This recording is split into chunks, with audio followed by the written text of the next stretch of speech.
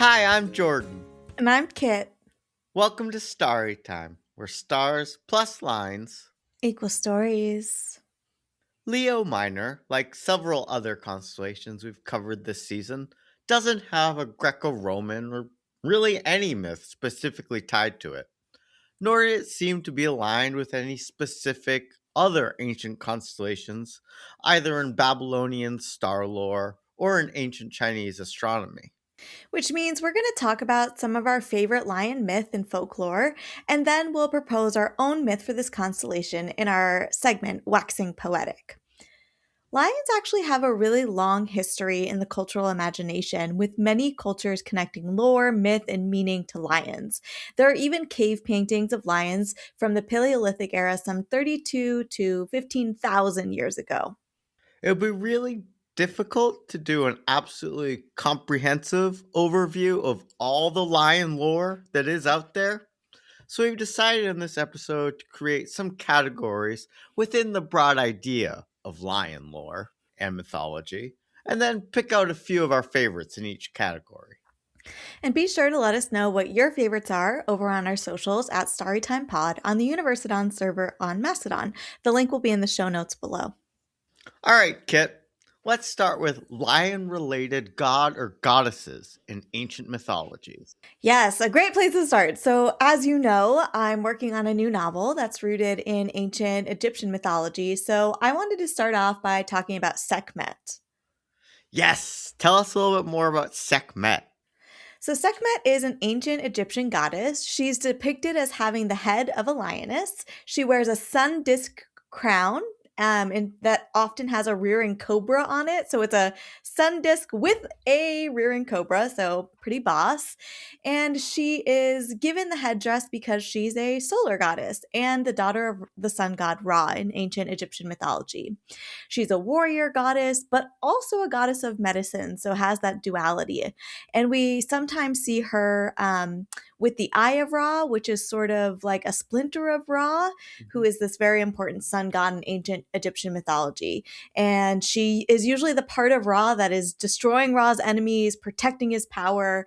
And there's a lot of kind of like confusing things that happen in Egyptian mythology where you might see a goddess like Sekhmet, and sometimes it's Sekhmet, but sometimes it's Hathor as Mhm. Sekhmet or Sekhmet as Ra. And so there's a little bit of confusingness to this for sure.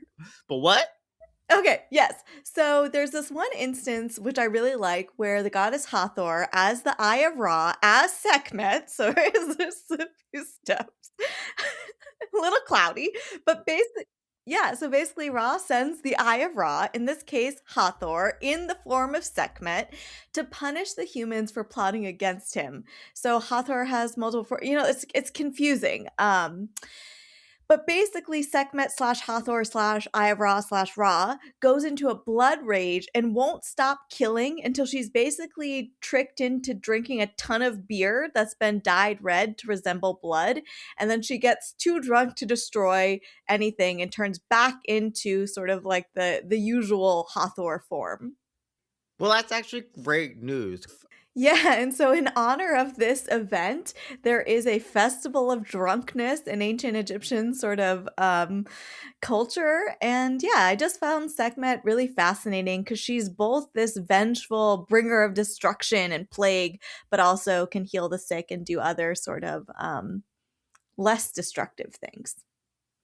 I decided to go with a goddess we've met before on the pod, but isn't from the Greco Roman tradition.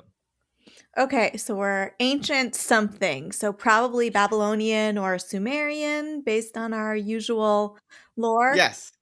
Okay. Well, both, because she is known in ancient Sumer as Inanna, but we've talked about her before as the Babylonian goddess Ishtar. Oh, yes, with our friend Gilgamesh. Except, wait, didn't Ishtar, wasn't she the one that like killed Gilgamesh's best friend or something? Wasn't that something? Enkidu? Yeah, well, Yeah. indirectly. Yeah, and it's really his own fault, though, isn't it? I mean, if he had just loved her back, I mean, Oh, would have dear. solved a lot of. Okay. Well, for more on that, check out our episode on the zodiac constellation Taurus. But for now, we can talk a little bit more about Inanna or Ishtar. She is a goddess of war, much like Sekhmet, but her duality or dialectic is that she is also the goddess of love, including fertility and some seemingly unrelated areas, including dates, the fruit, Mm. wool, meat, grain, and rain, and thunder. Wow, Ishtar has a lot of jobs. But one of her central symbols was of that of a lion. She's often seen riding a lion in iconography, and in one great seal on the wiki, she's seemingly walking a lion on a leash, boss mode. Mm. There doesn't seem to be a specific myth exactly about her and lions, but they're definitely one of her symbols and, used as a nod to both her power and strength. Yeah, absolutely. Respect to both Sekhmet and Ishtar for sure. Gotta give them credit. Some of our first goddesses, and they just go hard. A lot of jobs, do them great. Doing great. Okay, let's get into our next category. Certainly, there are other lion related gods and goddesses out there. So, again, let us know your favorite. But our next category is mythological lion/lion creatures. Ah, the hybrids. Yes, so many to choose from. We could probably do a whole episode just on lion related mythological creatures. So I decided to go the Manticore. Okay, Persian mythology. Let's go. I'm ready. Yeah, Manticore, old school. It has the face of a human, body of a lion. So far, so good. But if that's not scary enough, it also has a tail that is either, depending on which depiction you read, it's either covered in porcupine, like venomous quills, Mm. not bad, or if you prefer, it's a scorpion's tail. Not a tail you want to tangle with.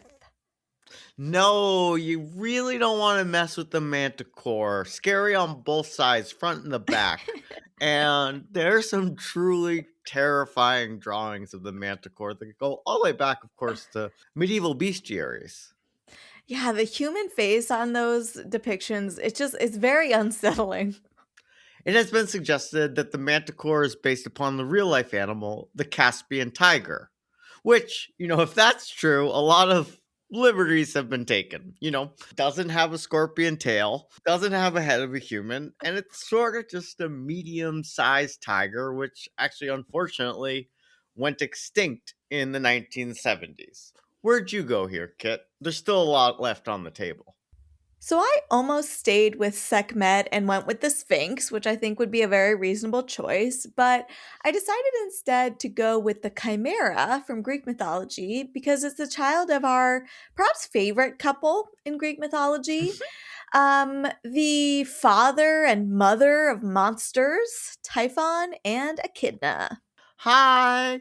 So the Chimera breathes fire, of course, and is basically just a lion that also has a goat's head on its back and a goat tail. And sometimes Mhm. it has dragon wings, and sometimes the goat tail also has a head of a snake on it. So that's the chimera. I gotta give Typhon and Echidna a lot of credit. They know how to make them.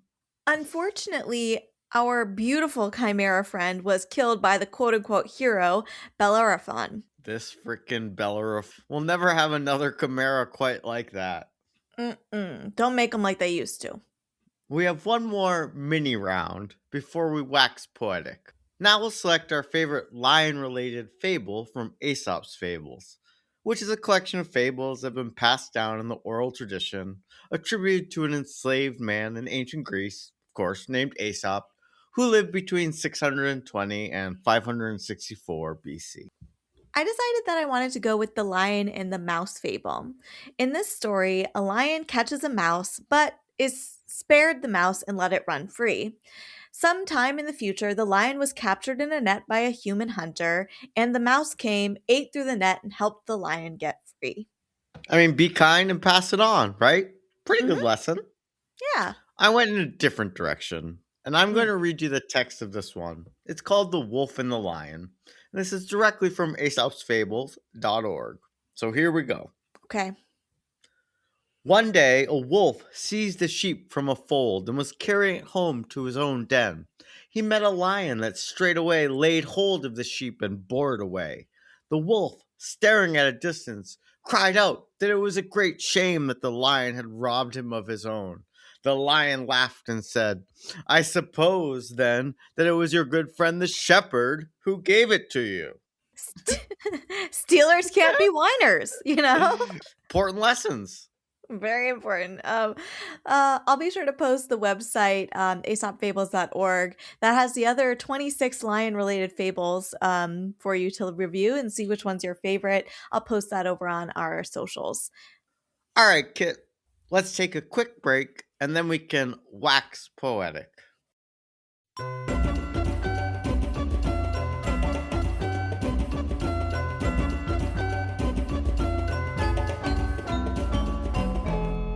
Welcome back to Waxing Poetic, a segment where we create our own myths, legends, or rationales for constellations in the night sky in hopes of capturing your minds, Mm. your hearts, Mhm. your very souls. Would you like to get us started for the Little Lion, Kit? So I went back before starting this to revisit my Ret constellation from Leo. And I gotta say, I was really channeling some serious Sekhmet already. Like, I don't think even started working on this new story that I'm working on. And my hatred of Hercules and Perseus was already like so entrenched.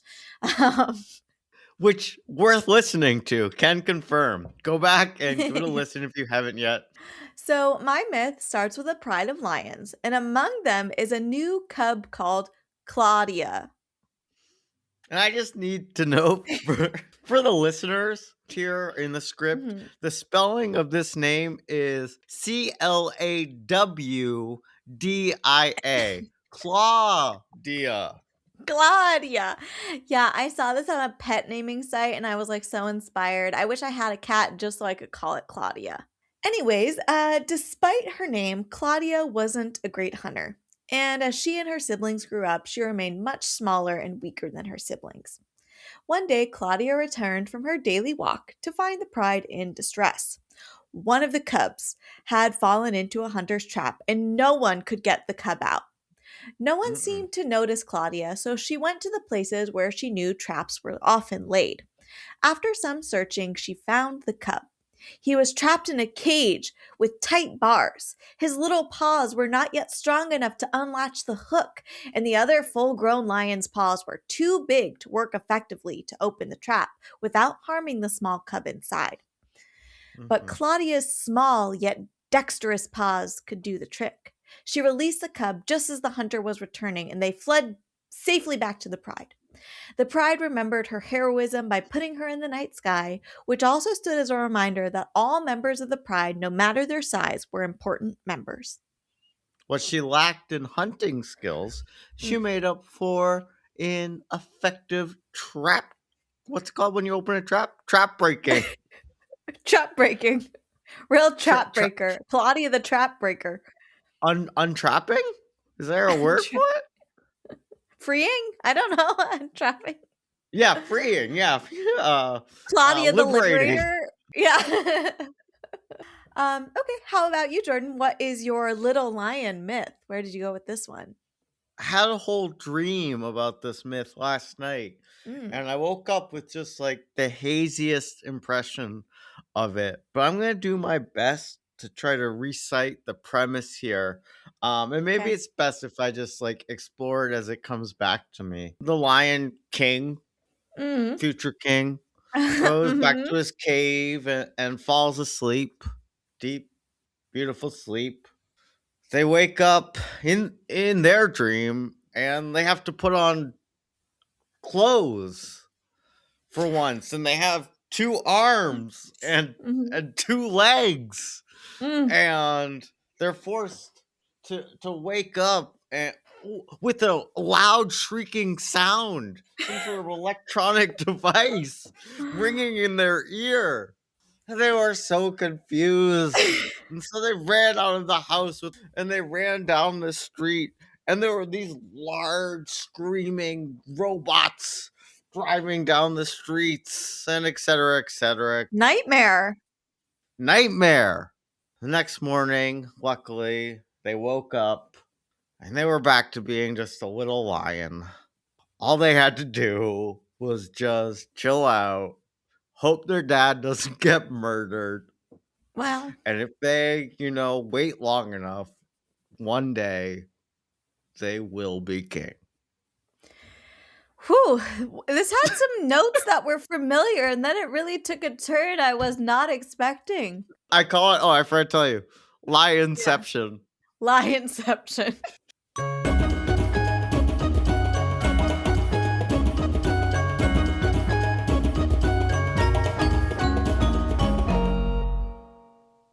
Now it's time for our segment Oracle AI, where we ask the Oracle to create a myth related to the constellation. Our prompt this time asks the Oracle to create a short, modern, non problematic myth about the constellation Leo Minor. Would you please voice the Oracle for us, Jordan? So saith the Oracle AI. Long ago, when the great lion Leo roared proudly across the heavens, a small cub followed quietly behind, unnoticed by the stars. The cub did not seek glory or battles, but spent its nights guiding lost fireflies across the dark sky, stitching their glow into safe paths for travelers on Earth. Seeing this gentle devotion, the cosmos gifted the cub its own place beside Leo, naming it Leo Minor, not a lesser lion, but as a reminder that kindness, though quiet, deserves its own constellation of light. None of this makes any sense. It doesn't I make love it. any sense. What? It's I think it's the best one yet. guiding lost fireflies across the dark sky, stitching their glow into safe paths for travelers. What does that mean? What does that mean? None of this made sense. Is the lion in the star or is it not? I don't understand it.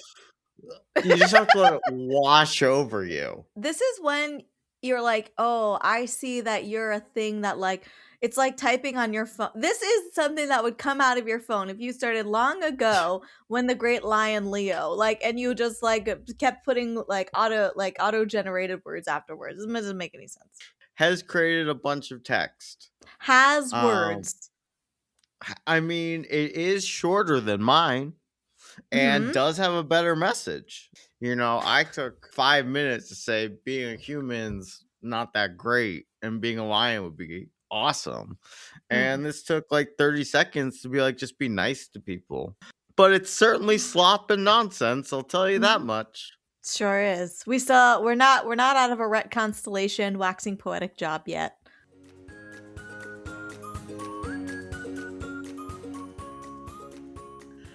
This brings us to the end of our episode this week. Join us next week for the pop culture segment of our exploration of the constellation Leo Minor. This has been Kit, And Jordan. sisters who love stars and stories And we'll see you next time. on Starry Time.